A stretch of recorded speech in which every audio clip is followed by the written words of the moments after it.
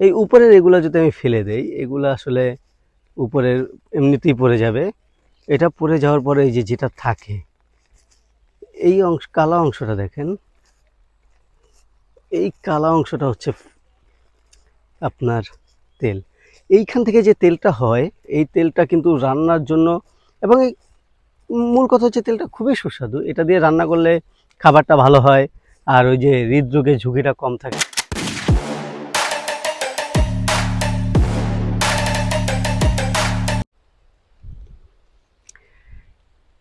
বিশাল বড় একটা সূর্যমুখী, এটা পরিপক্ক হয়ে গেছে, এখন সংগ্রহ করার সুযোগ অপেক্ষা। এটার নাম সূর্যমুখী কেন হয়েছে এ নিয়ে একটা কথা আছে। এই ফুলটা দেখতে অনেকটা মানে সূর্যের মতো, চারপাশে এই যে হলুদ থাকে, আবার সূর্যের দিকে মুখ করে থাকে দেখে এর নাম রাখা হয়েছিল সূর্যমুখী। আসলে প্রকৃতপক্ষে সূর্য যখন এই পশ্চিম দিকে থাকে তখনও কিন্তু এটা এদিকেই হেলে থাকে, কারণ এটা এদিকে ভার। তো সূর্যমুখী হলে তো সূর্যের মতো ঘোরা উচিত ছিল এটা। যাই হোক, এটা জোকস হিসেবে নেবেন। কিন্তু সূর্যের দিকে না ঘুরলেও এই ফুলটার কিন্তু গুণাগুণ অসীম। কীরকম? এই ফুলটার ভিতরে দেখেন, এই যে কালো কালো যে দানাগুলা, এই যে এই দানাগুলা, এগুলো হচ্ছে আসলে মূলত খাদ্যশস্য, যেটা হচ্ছে সূর্যমুখীর আসল উপাদান। এটা এখন পরিপক্ক হয়ে গেছে, খাওয়া যাবে। এটা হচ্ছে একটা তেলজাত বীজ, অর্থাৎ এই সূর্যমুখীর বীজটা দিয়ে তেল উৎপন্ন করা হয় এবং এটা খাওয়াও যায়, খেতে বাদামের মতো লাগে। তেলজাত বীজ এবং এই সূর্যমুখীর যে তেলটা, এটা বাজারে প্রচুর চাহিদা, এবং কিন্তু চাহিদা থাকলে কী হবে, এটার দাম অনেক বেশি।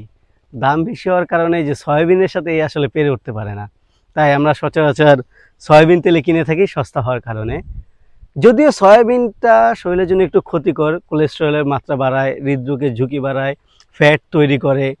আর এইটা হচ্ছে উপকারী, এটা সূর্যমুখীর তেলটা শরীরের জন্য উপকারী, রান্নার খাওয়ার জন্য উপকারী, আর এই বীজটা খাওয়া যায়। এবং এইটা হচ্ছে পশু পাখির অত্যন্ত প্রিয় খাবার, মানে পাখিরা এখান থেকে এখনও খায় নাই, কিন্তু পাখিরা এসে এটা খুঁটে খুঁটে নিয়ে খেয়ে চলে যায়।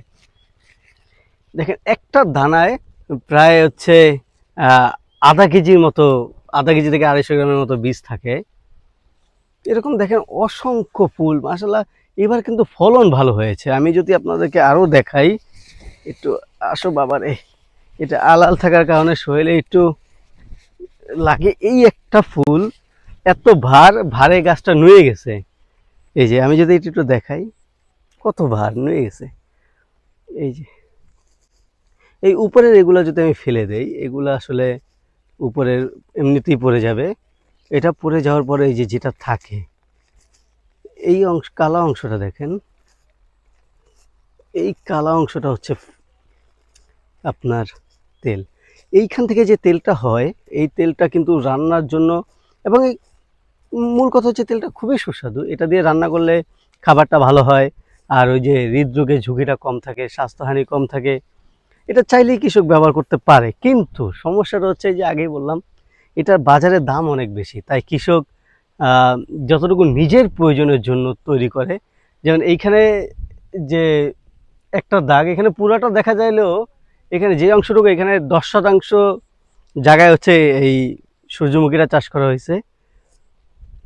এই 10% জায়গা থেকে কৃষক যে পরিমাণ তেল পাবে বা যে বীজ পাবে, এটা তার সারা বছরের চাহিদা পূরণ হয়ে যাবে, এবং সারা বছরের চাহিদা পূরণ হওয়ার পর সে বাকি অংশ যে অর্থ উপার্জনের জন্য বাজারে সরবরাহ করবে, এবং নিজের যে অর্থনৈতিক চাহিদা সেটা লাভবান হতে হবে।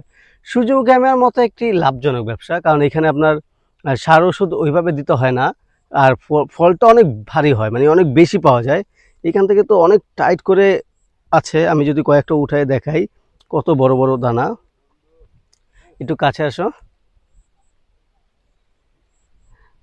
এই যে। আর আমি এটা অন্যের ক্ষেত থেকে উঠাচ্ছি, তারপরেও এটা হচ্ছে আমার যে কাকু, তার ক্ষেত, অতএব কোনো সমস্যা হওয়ার কথা না। এই যে দানাগুলো দেখেন, মাশাআল্লাহ কত বড় বড় এক একটা দানা, সূর্যমুখীর দানাগুলো। এগুলো হচ্ছে আপনি যদি রোদে শুকিয়ে করেন, আপনি ওই যে আমরা খুব জনপ্রিয় একটা হয়েছিল না, মধুময় বাদাম।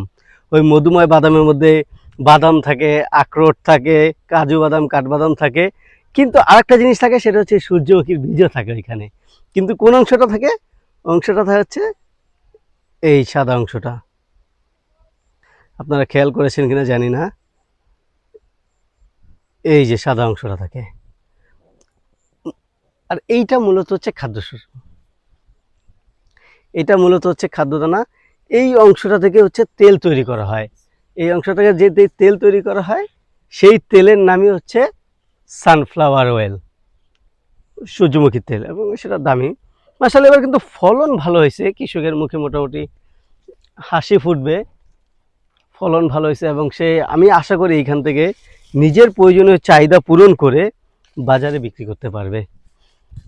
তো আপনারা যারা কৃষি সম্পর্কিত ভিডিও দেখতে ভালোবাসেন, পছন্দ করেন, তারা এই কৃষি ক্যানভাস পেজটিকে বা চ্যানেলটিকে লাইক, সাবস্ক্রাইব বা কমেন্ট করে সাপোর্ট দিয়ে পাশে থাকবেন।